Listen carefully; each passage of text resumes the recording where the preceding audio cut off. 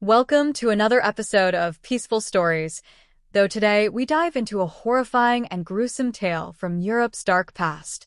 This is the story of András Pándy, a seemingly pious preacher who hid a monstrous secret.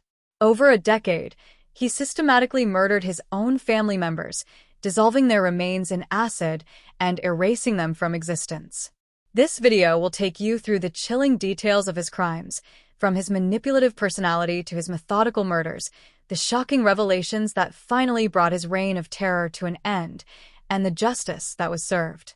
We will delve deep into each event, exploring the psychological torment of his victims, the meticulous police work that uncovered his crimes, and the courtroom drama that shocked the world. Viewer discretion is advised, as this story is both harrowing and deeply unsettling. Chapter 1.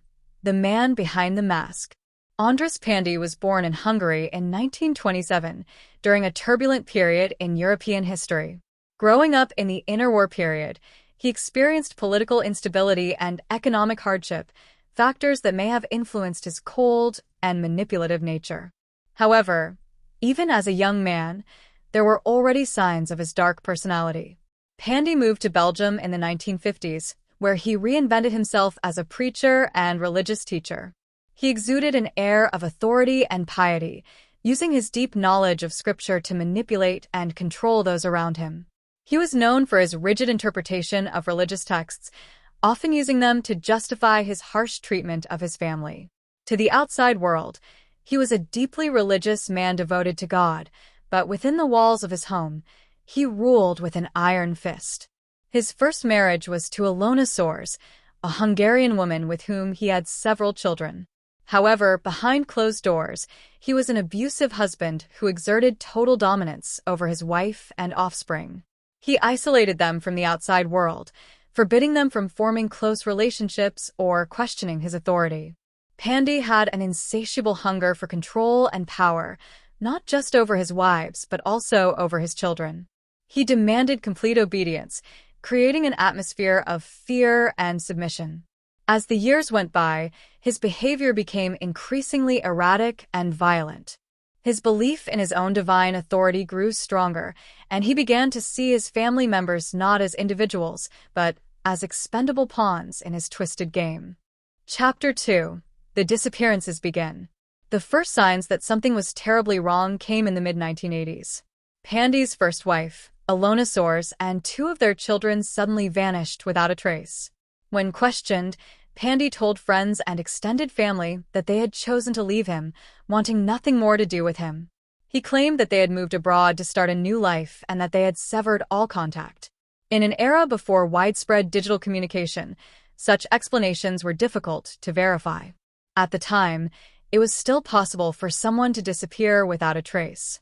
Without social media, online banking, or mobile phones, it was easy for Pándy to maintain the illusion that his missing family members were simply living elsewhere. However, there were no letters, no phone calls, nothing that confirmed his story. Then, in a disturbingly similar pattern, his second wife, Edith, also disappeared, along with two more of his children. Again, Pándy fabricated an elaborate story, claiming they had left voluntarily. He even went as far as forging letters, supposedly from his missing family members, to maintain the illusion that they were still alive and well. Some relatives grew suspicious, but Pándy had cultivated an image of himself as a religious and respectable man. He was persuasive and authoritative, dismissing any concerns as unfounded gossip. Neighbors noticed that his house seemed increasingly empty, but no one dared to confront him directly. The disappearances were disturbing, but without evidence, they remained just that. Mysteries. Chapter 3. The Murderous Methods.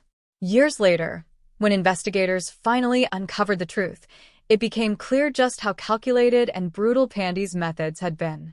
He had lured his victims into a false sense of security before murdering them in cold blood. In most cases, he executed them with a firearm, often in the basement of his house. To dispose of the remains, he dismembered the bodies and used acid to dissolve them, ensuring that no physical evidence would be left behind. The sheer premeditation of these crimes was chilling. Pándy's methods were cold and calculated. He was careful to never leave behind any obvious forensic evidence. He kept meticulous records of his actions, documenting his crimes in private journals. He ensured that there were no witnesses and that those who might suspect something were too afraid to speak up. One of the most shocking aspects of this case was the role of his daughter, Agnes. Under her father's control, she was forced to assist in some of the murders. Pándy used psychological manipulation and fear to keep her compliant, breaking down her will over time. He had conditioned her from a young age to believe that disobedience would result in severe punishment. She was not just a victim of his abuse, but also a reluctant accomplice in his crimes. Despite his careful planning, small clues began to emerge. Neighbors occasionally heard strange noises at night, thuds, scraping sounds, and even muffled screams. Delivery workers noticed an unusual number of cleaning supplies being ordered. The house itself exuded an eerie atmosphere, with its windows always covered and its occupants rarely seen in public. Chapter 4. A Daughter's Dark Confession.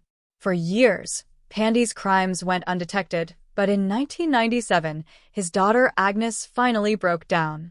She walked into a police station and made a chilling confession. She had helped her father commit multiple murders.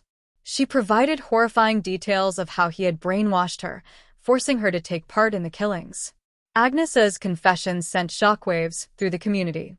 Investigators were initially skeptical. How could such a horrific crime have remained hidden for so long? But as they delved deeper, they found overwhelming evidence to support her claims. She led police to crucial pieces of evidence hidden within the house, including bloodstains, forged documents, and even remnants of dissolved bones. The case exploded into public view, capturing the morbid fascination of millions. How could a father commit such atrocities against his own family? How had he managed to evade justice for so long? The trial that followed would answer these questions and reveal even darker secrets. Chapter 5. The Trial and Verdict. In 2002, András Pándy's trial became one of the most infamous in Belgian history. He was charged with the murder of 6 family members, though authorities suspected there were more victims. During the trial, Agnes provided damning testimony against her father, detailing the years of abuse, manipulation, and murder. Pándy, however, remained emotionless. He insisted that his missing family members were still alive, refusing to admit any guilt. His lack of remorse only cemented his image as a true monster. Forensic experts used advanced techniques to piece together a timeline of the murders, corroborating Agnes's story.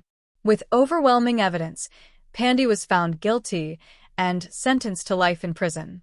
His daughter Agnes, though complicit, received a reduced sentence due to her cooperation. Chapter 6. The End of a Monster. András Pándy spent the rest of his life in prison, showing no regret.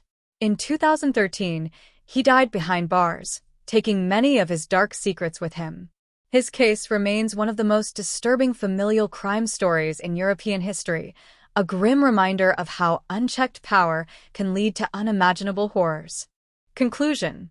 András Pándy's story is a chilling testament to the darkness that can hide behind a facade of piety.